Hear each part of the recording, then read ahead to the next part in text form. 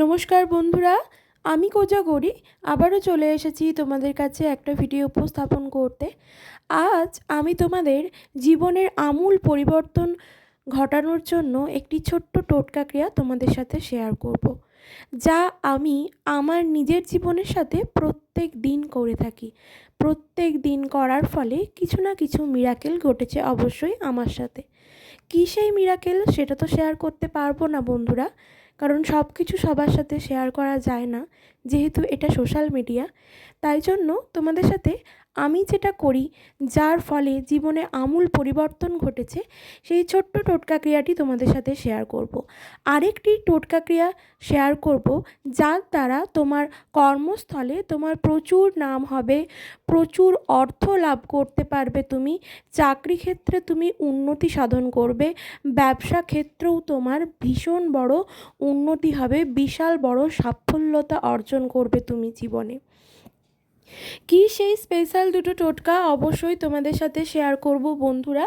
তবে চলো তার আগে একটু আমার চ্যানেলের ইন্ট্রোটা দিয়ে ফেলি। বন্ধুরা, আমি ওমের মা চ্যানেলে তোমাদের আবারও সুস্বাগতম। আশা করি সকলে খুব ভালো আছো, সুস্থও আছো। আমিও ভালো আছি। বন্ধুরা, আমি তোমাদের সাথে প্রত্যেক দিন প্রতিনিয়ত যে টোটকা ক্রিয়াগুলি শেয়ার করে থাকি, সেই বেশিরভাগ টোটকা ক্রিয়া সর্বদা আমি নিজের সাথে করে আগে ফলোলাভ করে তারপরই তা তোমাদের সাথে শেয়ার করি।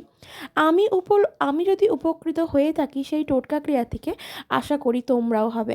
তবে বন্ধুরা, আমি সকল টোটকা ক্রিয়া সম্পন্ন করার আগে তোমাদের সাথে একটাই কথা বলি, যে কোনো টোটকা ক্রিয়া যদি সম্পন্ন করতে যাও, অবশ্যই ভগবানের ওপর আস্থা আর বিশ্বাসটুকু রেখো, আর নিজের মনের পজিটিভিটিটাকে কাজ করিও।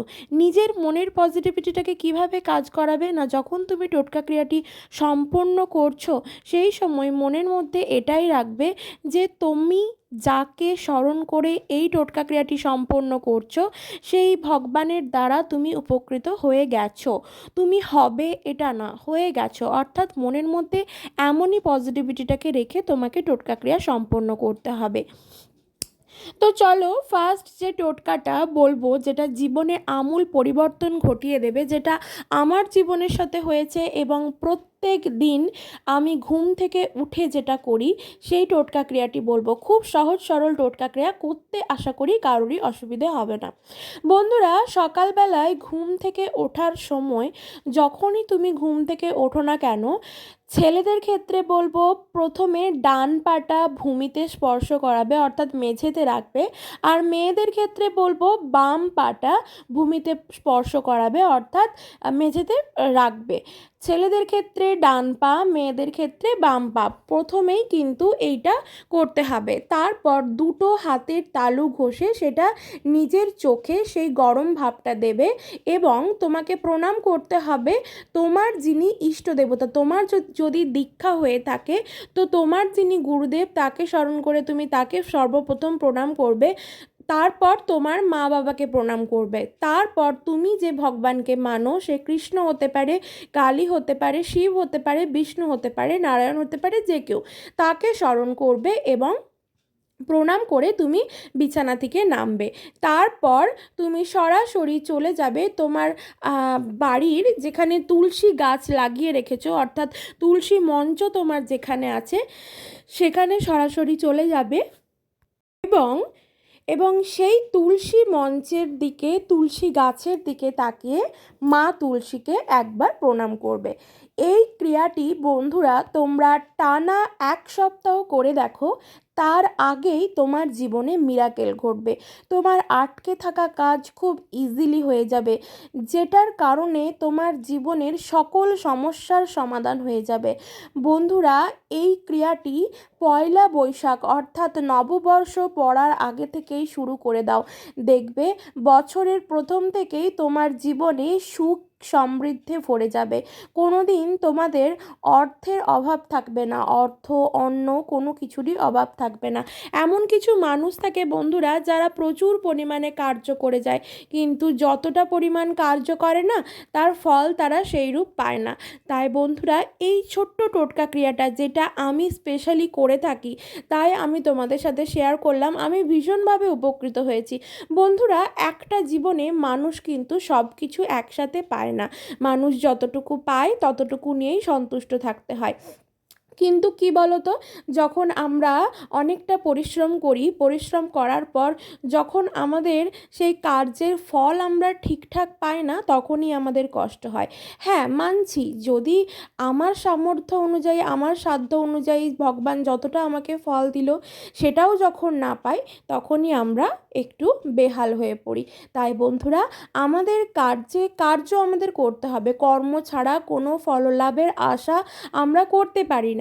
কিন্তু কর্ম করার সময় জীবনে যখন আমরা বারবার বাধার সম্মুখীন হয়, সেই বাধা কাটানোর জন্য এই ছোট্ট টোটকা ক্রিয়াটি প্রত্যেক দিন সকালে ঘুম থেকে ওঠার সময় করে দেখো, হাতে নাতে ফললাভ করে যাবে।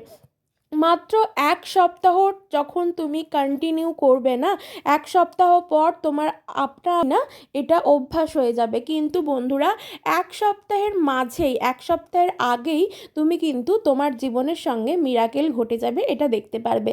তবে বন্ধুরা, আমি বললাম তার জন্য নয়, যদি আমার কথায় বিশ্বাস না হয় তাহলে ভিডিওটি স্কিপ করে চলে যেতে পারো, কেউ করো না। যদি কেউ মনে ভগবানের ওপর আস্থা বিশ্বাস রেখে আর আমার কথাটা শুনে যদি করতে পারো, দেখবে ভীষণভাবে উপকৃত হবে। আমি তো খুব ফললাভ করেছি, আমি যতটুকু পেয়েছি আমি এতেই সন্তুষ্ট আছি। এই তো গেল একটা টোটকা ক্রিয়া যার জন্য তোমার জীবনে উন্নতি সাধন ঘটবে।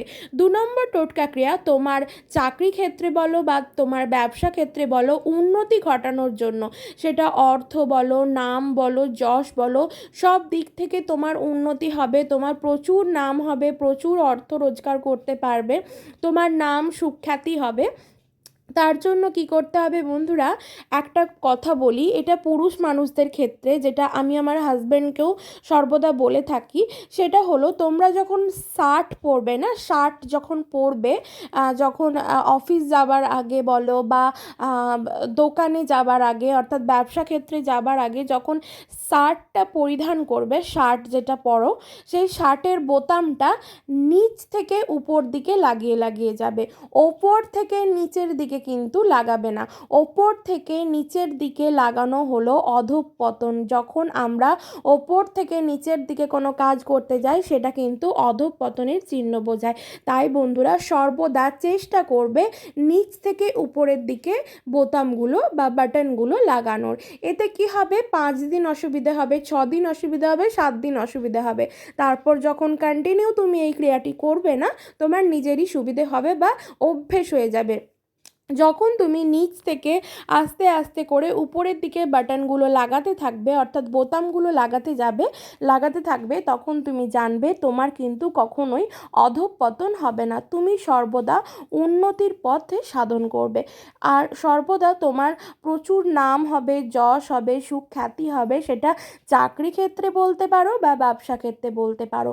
আরও একটা বলবো, এটা পুরুষ নারী সকলের ক্ষেত্রে বলছি, যদি কেউ গৃহবধূ হও তার ক্ষেত্রেও বলছি, যে গৃহবধূ হলেই বা পুরুষ মানে যারা অফিসিয়াল, যারা ওয়াকিং আছো তারাই যে সই সাবুত করবে তা তো না। আমরা গৃহবধূরাও ব্যাংকের কাজের ক্ষেত্রেও কিন্তু সই সাবুত করে থাকি। সেক্ষেত্রে বন্ধুরা, আমি তোমাদেরকে একটা সাজেস্ট করব, এটা আমিও প্রথম জানতে পেরেছি, যেটা আমি মেনটেন করার চেষ্টা করছি, আমি কিন্তু ফল পাচ্ছি এর দ্বারা। সেটা হলো, যখন তোমরা সই করবে, অর্থাৎ যখন তোমরা সিগনেচার করবে, সেটা অফিসের ক্ষেত্রে বলতে পারো, ব্যবসা ক্ষেত্রে বলতে পারো, বা যারা বাড়িতে থাকো, সই মানে সিগনেচার তো করতেই লাগে, তাই না? যে কোনো কিছুতে, ধরো পোস্ট অফিস থেকে কোনো কিছু একটা আসলো, পার্সেল আসলো, সেটাকেও কিন্তু তোমাকে নিতে একটা সই করতে হবে। তো সই মানুষকে করতেই হয়। সেক্ষেত্রে কি করবে, তোমার নামটা বড় অক্ষরেই লিখে যাবে। ধরো বড় থেকে ছোট অক্ষরে কিন্তু কখনোই লিখবে না। ধরো এক্সাম্পল স্বরূপ যদি আমি আমার নামটা বলি, আমার নাম কোজাগরী, তো KOJAGORI, কোজাগরী ঘোষ, তাই তো কোজাগরী নামটা কিন্তু আমি স্পেলিংটা সব কটাই বড় অক্ষরে লিখবো।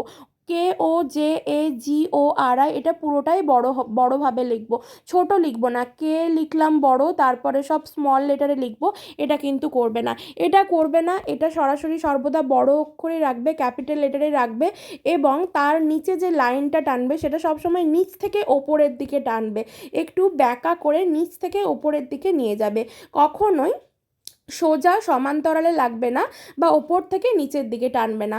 বন্ধুরা, আমি যে ক্রিয়াগুলি বললাম করে দেখো, হাতে নাতে ফলালাভ করবে। সবাই সাবস্ক্রাইব করে পাশে থেকো।